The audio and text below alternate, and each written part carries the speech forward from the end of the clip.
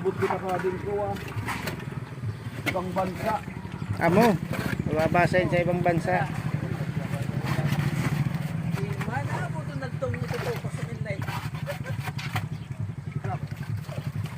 Mag-ano na, lagyan na ng buhos. Ito po yung ating gagawing pundasyon. Poste po na nasira. Yung riprap po na semento ay natanggal ng tubig baha. Kaya ngayon ay nire-repair ng ating mga kagawad ng barangay.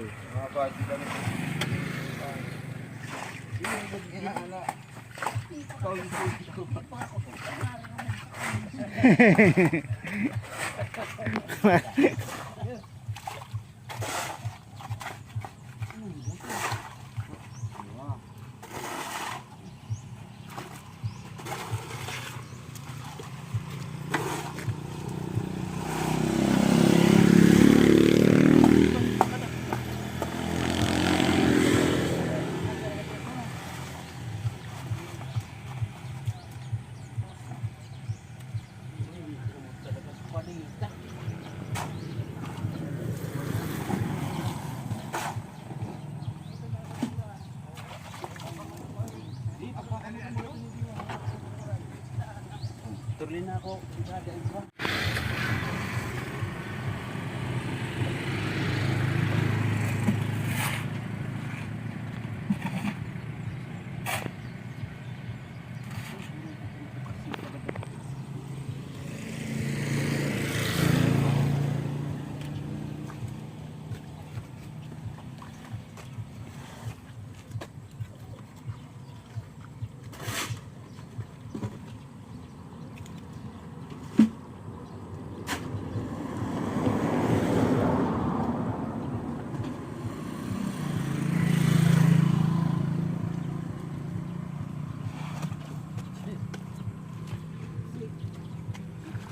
Biganin muna.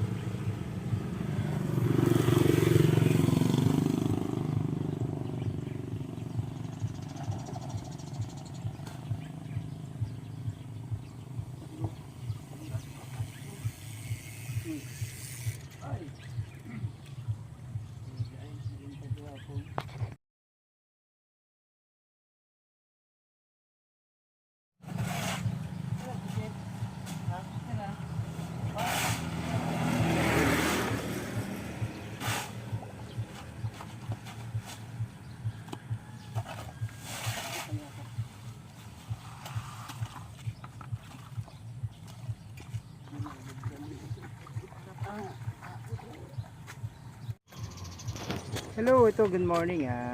Papanood ko po sa inyo ang ating pag-re-reprap o pag-repair ng ito pong kanal na nasira po yung reprap dahil po sa tubig baha na malakas, ano? Tapos epekto na rin po yan ng bagyong sunod-sunod, yung Christine, Tito. So ngayon po ay pakita ko sa inyo, ginagawa po ito ng ating mga kagawad at kapitan ng barangay dito po sa Baaw, Salvacion. Ayan. So pakita ko po, no? Ito. So una po kanina ay tinanggal muna nila yung mga loose na bato at inayos yung pundasyon. Ngayon ay pinapatigas nila itong pundasyon. Nalagyan nila po ng unang semento sa ilalim, mortar, tapos ilagay ito yung mga bato na malalaki. And Then ayan, medyo malaki-laki po rin po kasi itong re-repair na to. May 6 na metro to, mahigit. So ayan, patuloy po yan na gagawin at kita ko po sa inyo update pagkatapos. So kailangan po dyan mga bato. Ito na po yung mga bato na kailangan natin malalaki. Ito na po ikakabit uli. Buti hindi po siya inanod agad. Marami na rin pong inanod pero may mga natira pa. Ando po tayo ng semento, buhangin. Tapos patuloy po ang paggawa niya. Ito na po. So yan. Hanggang dito po yan. Sa part na to. So talagang abot ng mga 6 na metro po ang haba.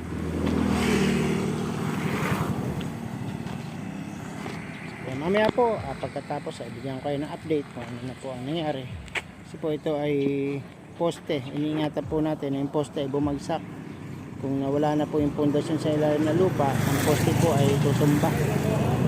At pwede pong possible na matumba dito sa daan at mahawa yung mga kuryente.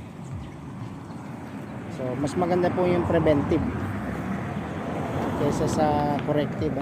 Preventive measure po ay repair na at ayusin na. Okay.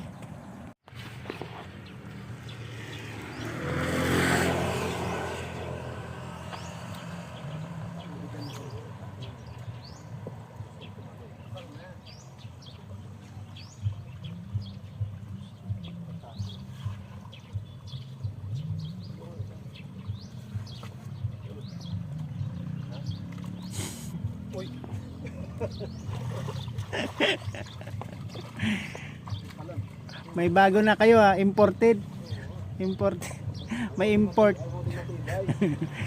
Amo, Uragon, ang bilis pati nababayad na, tapos na.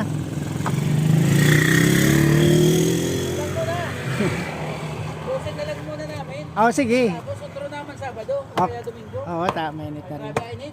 Amo, init nga pati.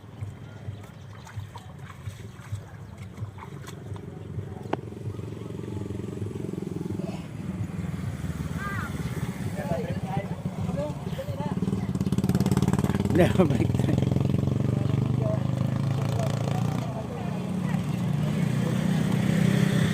Kulang magbalik kami sa bato. Oo nga. Kaya Inalon na rin kaya yung ibang bato.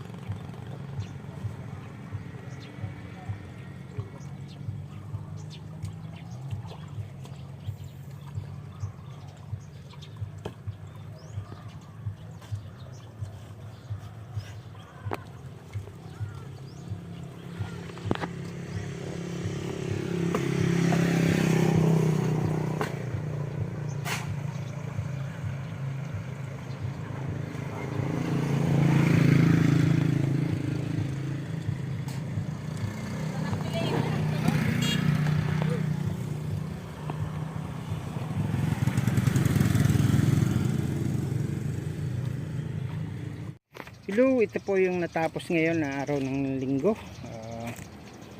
Tutuloy na po to next week. Iniwan muna yung mga patampak na lupa saka buhangin lupa. Okay, so yan po, may natitira pa pong mga 5 metro. Hintay lang muna tayo, tatapos din po yun.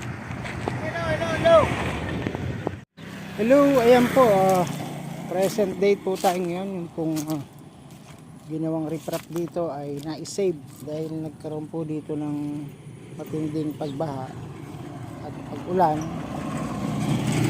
Kung wala po itong ginawang riprap ay talagang maubos po itong lupa.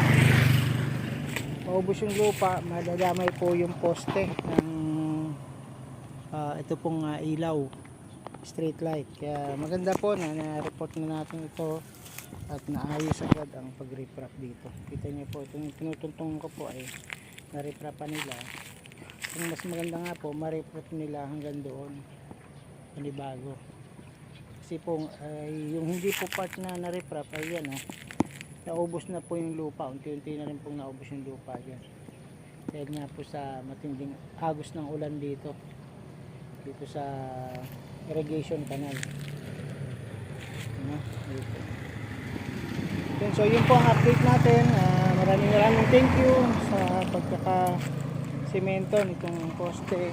Hindi na po siya karoon ng matinding pagkasira. Okay, salamat po, yun lang.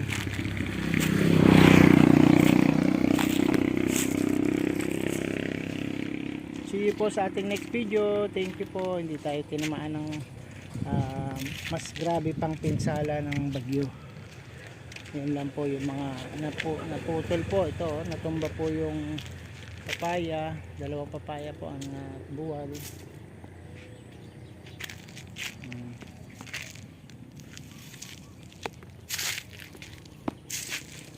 At may nasibak pong avocado dun sa taas.